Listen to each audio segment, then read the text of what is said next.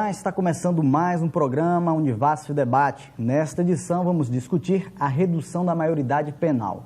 Com a crescente onda de violência no país, o tema voltou a ser discutido na sociedade. O assunto é polêmico e, para reforçar ainda mais o debate, a Comissão Especial da Câmara dos Deputados, que discute a maioridade penal, aprovou no mês de junho, por 21 votos favoráveis e 6 contrários, o relatório do deputado Laerte Bessa, do PR do Distrito Federal, que reduz de 18 para 16 anos a idade penal para os crimes considerados graves. Tem gente que concorda com a mudança, por acreditar que um adolescente a partir dos 16 anos tem capacidade de assumir a responsabilidade dos próprios atos. Quem é contrário defende que colocar esses jovens em uma prisão é uma maneira de formar ainda mais criminosos. Para ajudar você a entender melhor o assunto, nós convidamos a advogada Zuila Bezerra, que vai nos trazer informações da área jurídica sobre o tema. Com a gente também está o professor de Psicologia da Universidade Federal do Vale do São Francisco, Marcelo Ribeiro. Ele tem estudos sobre relação entre escola e família e representação social da infância e da educação infantil. Obrigado pela presença de vocês, participar conosco desse debate, um assunto que está em alta no momento. E para começar, eu quero a opinião de vocês sobre o assunto. Começando pelo professor aqui, qual a sua opinião sobre esse tema? A minha opinião sobre a redução da maioridade, eu me posiciono contrário à redução, por entender que não, os estudos apontam isso, pelo menos na nossa área da psicologia social, né? no contexto brasileiro, que a redução tende a não trazer os resultados esperados e criar outros efeitos colaterais, além, né, de talvez camuflar as reais necessidades de reforma que a sociedade precisa. A opinião agora da doutora Zuila Bezerra, qual a sua opinião também sobre esse tema? Bom, João, eu sou a favor da redução da maioridade penal para os crimes hediondos, que são aqueles crimes de maior potencial ofensivo, como um estupro, um homicídio doloso, que são aqueles delitos de maior repúdio social, porque atualmente o ECA, que é o Estatuto da Criança e do Adolescente, ele prevê como pena máxima para um menor infrator de apenas 3 anos. O que se considerar para um crime de grande gravidade é praticamente uma impunidade. Então, eu acredito que se o menor, a partir dos 16 anos, ele já pode votar, ele já pode se emancipar, ele já pode se casar com a autorização dos pais, por que não responder com maior rigor pelos seus atos criminalmente? Bom, essa é uma opinião, geralmente, muito das pessoas no dia a dia com relação a esse tema. Queria começar com o professor agora, o professor Marcelo Ribeiro. Há até pesquisas, e uma delas é da Confederação Nacional dos Transportes, foi divulgada em 2013, mas ela traz informações também bem atuais, que 92% dos brasileiros eles são a favor da redução da maioridade penal, cairia de 18 para 16 anos. E aí, qual a resposta para a opinião pública? O que é que a gente diria para essas pessoas? Que assim, é disparado esse pedido da população, né?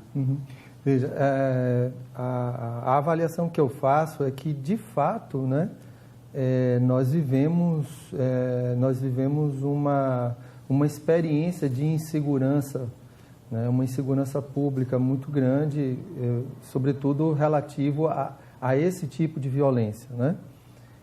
E a sociedade, de fato, clama, né, por medidas e por mudanças. Realmente é insustentável e a gente continuar da forma que nós vivemos, né?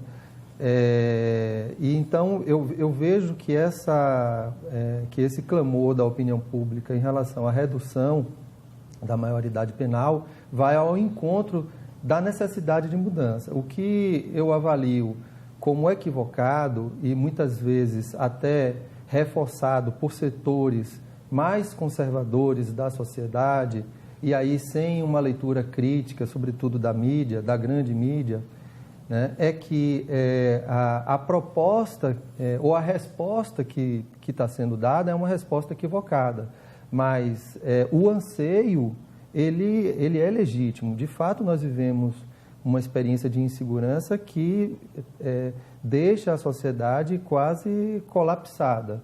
Mas a resposta que está se dando é uma resposta talvez rápida, uma resposta que talvez crie uma sensação de que, bom, nós estamos fazendo alguma coisa, mas que, de fato, na nossa avaliação, ela não vai trazer grandes resultados. De fato, não vai reduzir a violência como se espera que reduza.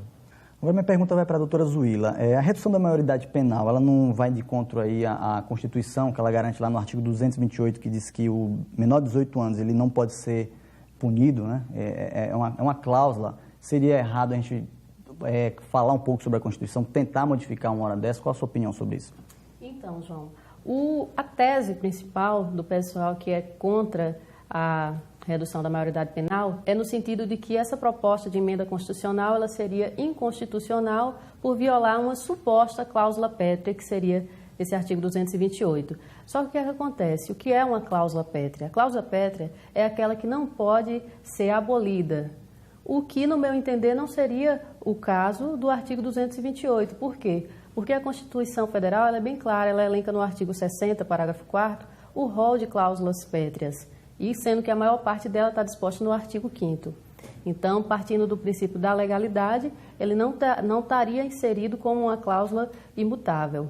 Só que o que é que acontece? Isso não significa que as cláusulas pétreas estão dispostas num rol taxativo. Existem cláusulas pétreas implícitas. Então, seria o caso de saber se seria ou não o artigo 228 essa hipótese, que, no meu entender, não é, justamente porque tem que haver mudanças sociais, a lei tem que se adaptar para os anseios da sociedade. Então, o menor de 16 anos de hoje, ele não é o mesmo do 16 anos da época que a Constituição foi criada, em 1988. Então, hoje nós temos um acesso maior à informação, estamos numa era digital, então é preciso se adaptar, as leis se adaptarem aos anseios sociais que clamam por uma mudança nesse sentido. Professor, aí vem essa grande questão, né? A gente sempre tem dentro do debate a situação de que o jovem de hoje ele é diferente do jovem de anos atrás. No campo da psicologia, eu queria que você falasse um pouquinho nessa linha, né? Que a gente está tendo um diálogo no campo jurídico e no campo psicológico. Na área do que o senhor trabalha, que o senhor atua, qual a sua visão sobre isso? Olha, antes de mais nada, é importante a gente situar uma questão que eu acho que é básica para qualquer discussão, quase todas as discussões que envolvem a sociedade brasileira, né? A nossa sociedade ela é marcada profundamente por desigualdades sociais. Nós somos, dos países democráticos, considerados democráticos, né, o campeão de desigualdade social, né? Então, qualquer discussão que a gente faça, é importante considerar isso. Então, se a gente está falando, né, de adolescentes, se a gente está falando de crianças, se a gente está falando de infração cometida por adolescentes e crianças, é importante que a gente situe que crianças e que adolescentes são esses. Na maioria dos casos, né, que adolescentes e crianças vão estar envolvidos, né, em situações não legais, são pessoas que vêm de uma situação muito desfavorável, né? São populações vulneráveis, que a gente costuma chamar assim. Então, é importante a gente pensar nisso, né? E aí, depois, já respondendo a sua questão, é lógico que a criança e o adolescente de outrora não é exatamente o mesmo de hoje, né? As realidades mudam, né? A nossa Constituição também muda. Eu digo a Constituição, o nosso desenvolvimento, o nosso processo de aprendizagem, né?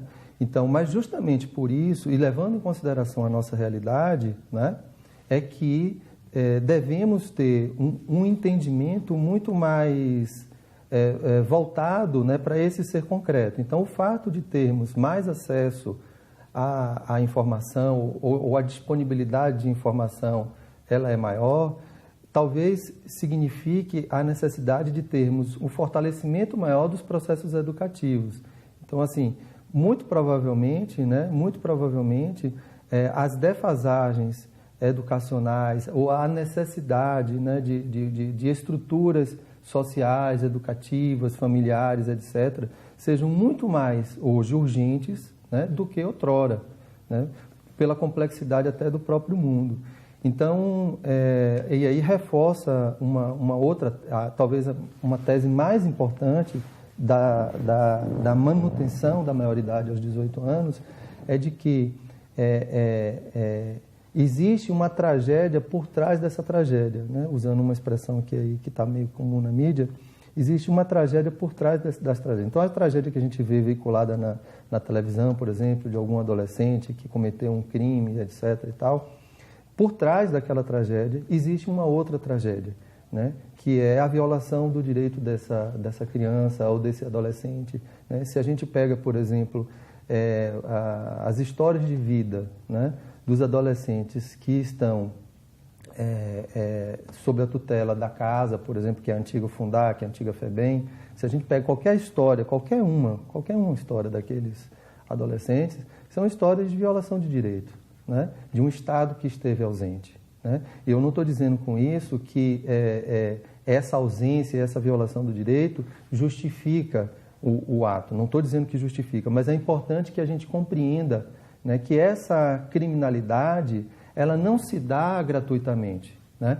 O sujeito ele não nasceu mal com o dom de assassinar ou a perversidade de cometer um crime, né? Isso é importante que a gente tenha uma leitura histórica, tenha uma leitura social e compreendendo o desenvolvimento dessa criança e desse adolescente a partir dessas condições. E é aí, sim, né, que o problema deve ser atacado, né, e não simplesmente atacar nos efeitos, né? Por isso que eu reforço, né, aqui a minha fala no sentido de que essa medida ela me parece muito mais assim de um efeito e ser inócua.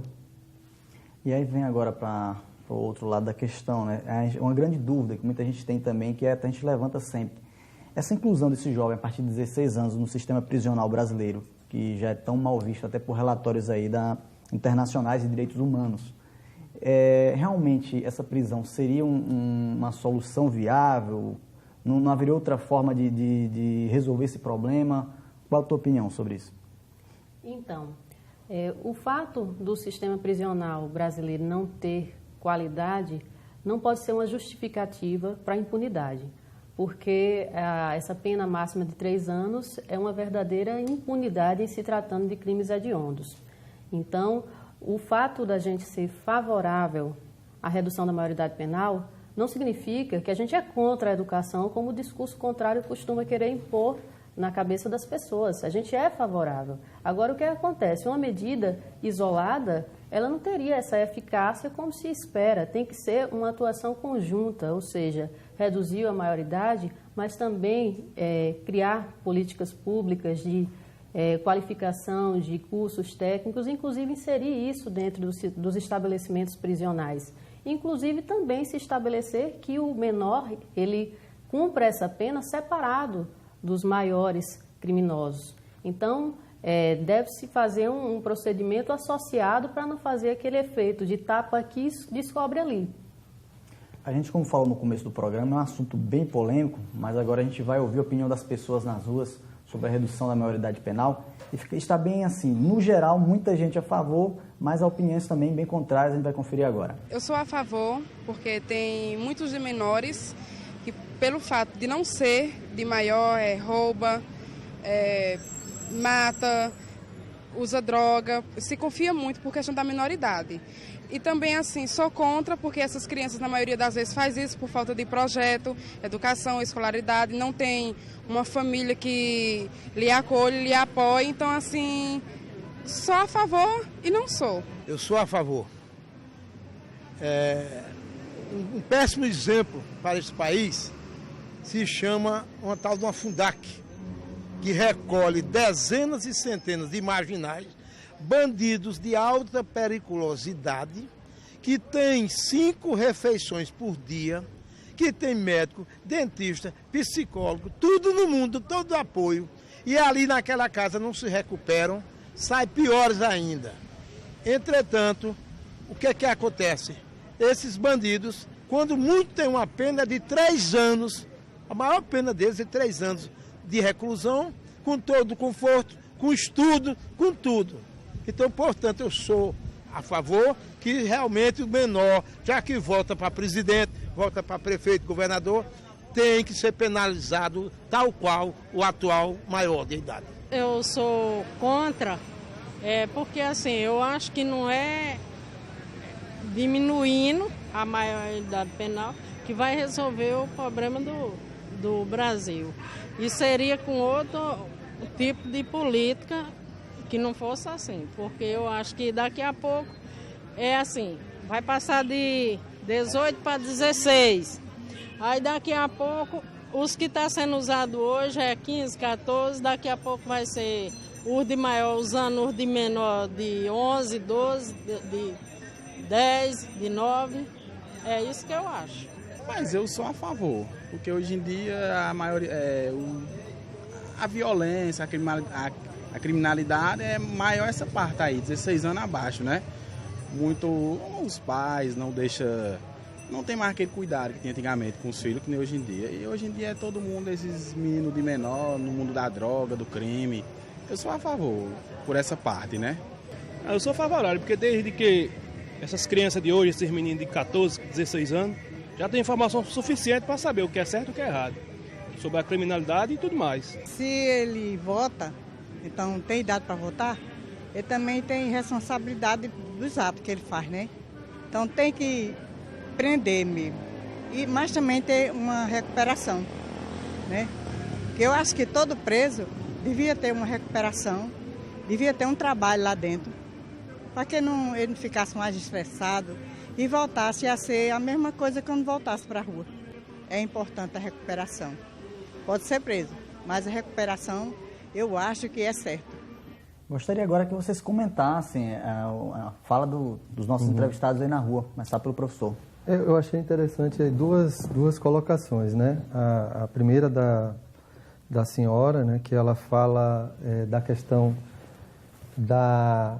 Porque, embora assim, a gente não possa dizer, existe uma organização criminal no Brasil, numa estrutura assim tão orgânica, né? Mas existe uma criminalidade sistêmica, né? Existe um modo sistêmico, né, da criminalidade acontecer. Então, o que ela fala, né, da questão desse recrutamento, né, a tendência desse recrutamento acontecer cada vez com jovens, com pessoas mais jovens, né, com adolescentes mais jovens ou crianças com menor idade, e isso também tem sido apontado por vários grupos que têm estudado os movimentos sociais, a questão da violência no Brasil, né? Inclusive, isso é retratado até em filmes, né, de como a violência, esse tipo de violência, ela vai se instalando na sociedade brasileira e como os jovens e pessoas cada vez mais novas também fazendo parte. A outra coisa que me chama a atenção é na fala do senhor lá, o último, é que ele coloca a questão, né, que, de novo, é um entendimento de que esses jovens eles têm acesso à informação, que, portanto, eles sabem o que eles fazem, então eles têm os direitos de casar, disso, de aquilo, outro, portanto, eles deveriam se responsabilizar pelos esses atos. Então, o que eu quero trazer, e aí talvez mais no campo da psicologia, é que são coisas completamente diferentes, né? Então, eu posso ter acesso à informação, né? Mas não necessariamente eu tenho uma consciência autônoma desses atos, né? E uma outra coisa é também eu comparar, por exemplo, o direito de voto, né, à questão da redução da maioridade. São coisas completamente diferentes. Então, do ponto de vista do desenvolvimento, né, da criança e do adolescente, né, existem fases, né, desse desenvolvimento moral, tá? Então, para um sujeito chegar a um nível de um desenvolvimento da autonomia, né, dele discernir e ele ter um senso de responsabilidade maior, isso não depende do acesso à informação, né? Não independe, não passa pela questão passa por outras questões que têm muito mais a ver com os processos educativos que, muito possivelmente, esses jovens envolvidos na criminalidade não tiveram. Qual a opinião da doutora Zuila sobre esse assunto? Bom, me chamou a atenção a fala da senhora que disse que seria contra porque haveria possibilidade de haver um recrutamento de menores cada vez mais novos e que isso não teria fim. Por quê? Porque quando se elegeram a idade de 16 anos, não foi em vão, foi com base em pesquisas, em estatísticas, que se percebeu que a partir dessa idade é que estava havendo um índice maior de adolescentes praticando crimes. Então, de fato, há esse risco de haver esse recrutamento, mas a gente entende que seria um risco reduzido, tanto pela questão até mesmo da compleição física de um menor de 16 anos. Então, o risco não seria eliminado, porque dificilmente uma chaga social seria eliminada com base numa simples mudança de lei, mas há ao menos uma perspectiva de mudança. E aí vem, voltando ao assunto, professor, com relação aos comentários dos entrevistados, aí vem sempre uma dúvida. Não gera nesse adolescente, apesar de eu dizer que não tem relação com acesso à informação que ele tem com o ato, mas não passa a sensação de que esse jovem ele tem aquele sentimento de que ele está livre de punição, de que ele está livre para cometer atos por ser adolescente, por ter menos que 18 anos? Com certeza, eu dou total razão. E aí há uma convergência, né, de posicionamentos de quem defende a redução ou não, né? Porque assim como, né, há a constatação de que vivemos uma experiência de insegurança, né, que os índices de violência no Brasil ascendem, crescem, né? Também há a constatação de que, de fato, há também uma sensação de impunidade, né? Então, longe do que se acredita àqueles que são contra a redução da maioridade, de que essas pessoas teriam uma posição de permissividade, de extrema, enfim, de passar a mão na cabeça. Não, longe disso, né? Longe disso. Então, vários pesquisadores de grupos sociais têm um entendimento da necessidade, né, e da importância do limite na formação das pessoas, independentemente de criança e adolescente, né? Agora, vejamos, né, qual o modelo que os nossos políticos passam para a sociedade, né? Outros crimes, os chamados crimes de colarinho branco, né? Apesar da gente ver um aumento de prisões, de processos e tal, mas passa-se também uma mensagem para a sociedade de que isso termina virando pizza, né? Vira pizza. A própria mídia no que diz respeito à produção cultural, música, enfim, né? Que mensagens essas produções culturais de massa terminam passando também para esses jovens, né? A própria desigualdade social, né? As grandes desigualdades sociais e a experiência desses jovens de, no fundo, embora não tenham uma consciência tão reflexiva sobre a sua situação, e aí vem a questão da autonomia que eu estava falando, mas eles intuem que eles não têm chance.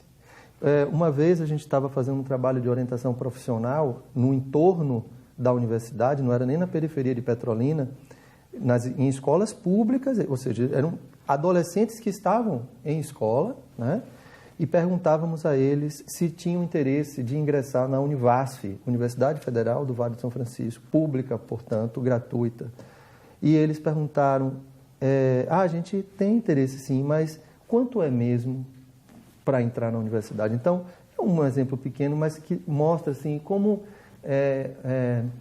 a possibilidade deles terem acesso a alguns bens, a alguns espaços, é muito longínqua e às vezes nem participam do horizonte deles, né, do horizonte existencial deles. Então, assim, os limites são importantíssimos para a formação. É importante que esses jovens eles cresçam com a noção de limite, de responsabilidade. É importante que o ECA, o Estatuto da Criança e do Adolescente, seja colocado em prática.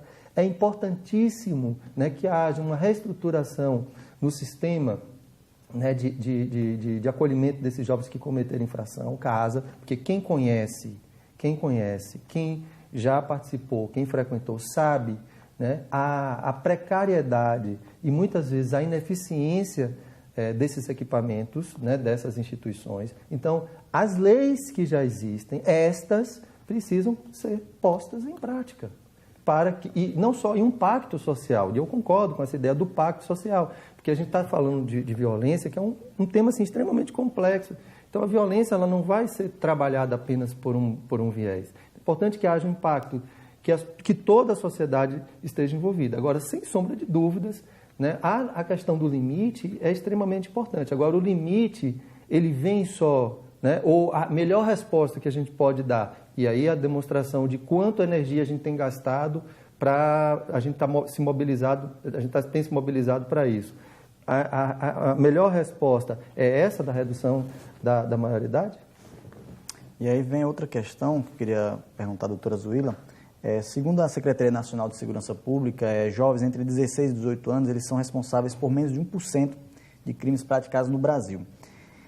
E aí é sempre questionada a questão, sempre é colocada a questão da violência, né? É violento, vamos rever a questão da violência. Esses dados aqui, essa informação, ela não seria uma prova de que reduzir essa maioridade penal mudaria quase nada? É uma dúvida que há também sempre. A gente não veria bem uma resposta prática? Então, João, não se muda nada quando a gente não faz nada. É nisso que eu acredito. E até porque essas estatísticas, eu também cheguei a acompanhar esse dado, eu percebi que foi feito um comparativo entre menores entre 15 e 17 anos comparado com os maiores de 18. Então, o leque de pessoas acima de 18 é muito maior do que esse entre 15 e 17. Então, é um dado que é, de certa forma, questionável, mas, ainda que seja mínimo, uma atitude tem que ser tomada. O senhor tinha falado com relação à ideia dessa relação que as pessoas fazem, as pessoas sempre fazem, né? O adolescente, ele pode votar, o adolescente, ele pode casar, ele assume certos atos com 16 anos, e a visão que as pessoas têm é que ela já tem uma mente formada, independente de ter formação ou não. Seria um país meio que contraditório, porque ele proíbe o menino de dirigir, ele não pode dirigir, ele não pode votar, ele não pode ser punido aos 16 anos pelo ato que ele faz. E aí, fugindo um pouco desse campo da formação social, que a gente sabe que é um grande problema, não seria o momento de rever essa legislação brasileira, já que outros países no mundo inteiro também já chegaram a mudar, já chegaram a reduzir. Os Estados Unidos, por exemplo, a gente pode dizer que é um pouco radical. Lá, a legislação não é rígida. Um adolescente de 12 anos ele já pode ser submetido a um processo judicial. E aí, no Brasil, será que a gente não poderia repensar essa questão de já assumir algumas responsabilidades, independente do problema social, até para dar uma resposta à sociedade? Assim, a punição já existe. Né? Não é que não exista a punição existe. Tá? A punição, ela já existe. As limitações, né, do papel social do adolescente também existem. Por exemplo, o adolescente não pode consumir álcool, né? Menor de 18 anos não pode frequentar determinados estabelecimentos a partir de certas horas. Então, essas limitações, essas interdições, essas proibições, elas já existem. Tá? A grande questão é, pelo menos elas existem em leis, né? Elas existem enquanto manifestação da sociedade e das instituições. A grande questão é, elas são colocadas em prática, né? E quando você traz, eu acho que é importante aí também, né, João, assim, que é um argumento muito utilizado, não mais os Estados Unidos, mas alguns países. Olha, isso é até uma frase meio que de efeito, sempre, né? Está no debate, né? A gente percebe que sempre está na discussão a questão dos Estados Unidos como referência. Nem tudo que é bom para os Estados Unidos é bom para o Brasil. A gente já dizia isso desde a época da ditadura militar. Por outro lado, vários organismos internacionais, como a Unicef, né, a OEA, têm se posicionado, né, contra a redução da maioridade, por esses entendimentos mais socioeducativos. Mas, assim, só para deixar claro, assim, que as punições, elas são importantes, elas já existem, o que talvez falte é que elas sejam colocadas em prática. Vou fazer uma pergunta para os dois, começando aqui pelo professor, mas essa é a mesma pergunta estendida para a doutora Zuila também. Vamos chegar num consenso para tentar chegar aqui e encerrar o nosso debate. Onde um lado que defende a redução da maioridade deve ceder e onde o outro lado que é a favor ou que é contrário, ele deve ceder para chegar num consenso os dois lados aí, na opinião do senhor?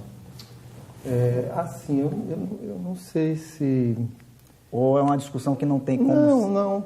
Não, acho que tem vários, eu acho que tem vários consensos, assim. Mas, assim, o que eu queria dizer é, assim, que, de todo jeito, assim, eu acho que todo debate é importante, né? E ainda bem que, apesar dos pesares, nós vivemos, né, numa democracia, né, e isso é muito importante. Então, eu acho que, independentemente, né, de como é que o desfecho, né, dessa lei, se de fato ela vai ser sacramentada, digamos assim, tal como ela foi recentemente aprovada na primeira instância, né, nas primeiras discussões, é que a sociedade ela possa fazer uma discussão sobre o problema da violência e, sobretudo, aquilo que atinge crianças e adolescentes, até porque é a geração, né? É o Brasil jovem, né?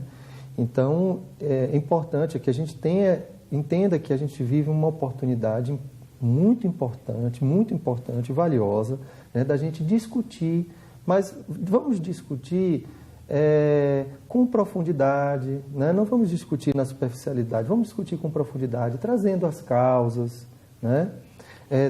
Trazendo as origens, né? Revendo também o que existe e por que não está funcionando, né? Trazer as pesquisas que abordam a questão da violência. Então, só interferindo um pouquinho, o senhor acredita que é um momento muito cedo para se votar isso, que poderia se discutir mais? É o que eu estou entendendo?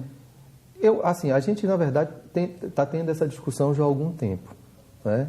Eu só acho que talvez o tratamento que esteja se dando, talvez seja um tratamento não tão profundo, pelo menos como eu gostaria que fosse, né? Há uma comoção, há essa sensação. Me parece que o legislativo, sobretudo nessa crise política, né, que vive, precisa dar uma resposta rápida à sociedade, né, porque há uma crise política, então precisa dar uma resposta rápida. Então, eu acho que por conta disso, há uma intencionalidade de não aprofundar. Agora, no modo geral, eu acho que a gente poderia entender isso como consensual, é que a gente vive uma oportunidade, né, da gente agora, da sociedade, refletir sobre um grave problema que ela vive. Eu acho que esse é um ponto, uns pensam de um jeito, outros pensam a medida tem que ser essa, mas assim, um ponto consensual é assim, gente, realmente a situação está complicada, não dá para a gente continuar vivendo assim e a gente precisa pensar e agir, né? Então, acho que esse é o ponto consensual. Eu estendo a mesma pergunta para a senhora comentar. Então, conforme eu já disse, não é que seja aquela guerra ideológica de um lado ser contra, a favor. A finalidade é uma só, é combater ou reduzir a criminalidade infantil. Então, todas as alternativas que forem colocadas para a população, para que possa se discutir, debater um tema como esse, são válidas. Agora, o importante é o quê? É esclarecer a população, não ficar parecendo que quem é a favor é contra a educação, porque normalmente o pessoal diz, não, eu sou contra porque eu acho que tem que educar, certo? Então, tem que esclarecer a população que educar é importante, ninguém é contra a educação. Mas é importante também punir aqueles que cometem. Não é justo que menores que cometem crimes gravíssimos estejam impunes e o cidadão trancado dentro de sua casa com medo por conta da situação que está. Então, o que todos querem é isso, a solução ou ao menos uma mudança com relação a esse quadro atual. Então, e o debate continuando sempre, claro, né? Com certeza. Bom, gostaria de deixar o espaço para vocês comentarem alguma coisa que de repente a gente não abordou aqui, que vocês queiram aproveitar esse espaço e já fazer as considerações finais. Eu acho que é reforçar mesmo, né? Acho que, inclusive, parabenizar a TV Caatinga, né? Por criar esse espaço, né? Oportunizar essa discussão aqui no programa. Eu acho que é o papel mesmo, né? Da mídia, o papel de instituições como a universidade, de estar provocando. Eu também sou favorável ao debate, né? Até porque tem uma posição republicana independentemente das minhas razões, também defendo a oportunidade de outros se manifestarem. Então, acho que a sociedade ela cresce com isso, né? Então, é ratificar, né, que, apesar de eu ter um posicionamento, né, contrário a essa redução, mas que eu acho muito oportuno esse momento em que a sociedade está vivendo, que é discutir esse grave problema, né? Recinto apenas que a gente não esteja, de um modo geral, né, não esteja aprofundando mais os debates. Eu acho que seria melhor, a gente ia ter mais clareza de algumas questões e poder tomar uma decisão mais segura. Mais tranquila. Mais tranquila, mais segura. Enfim, então seria basicamente isso. Também agradecer a oportunidade de participar do debate, né, parabenizar pela iniciativa de poder esclarecer para a população esse tema bastante polêmico e também bastante necessário.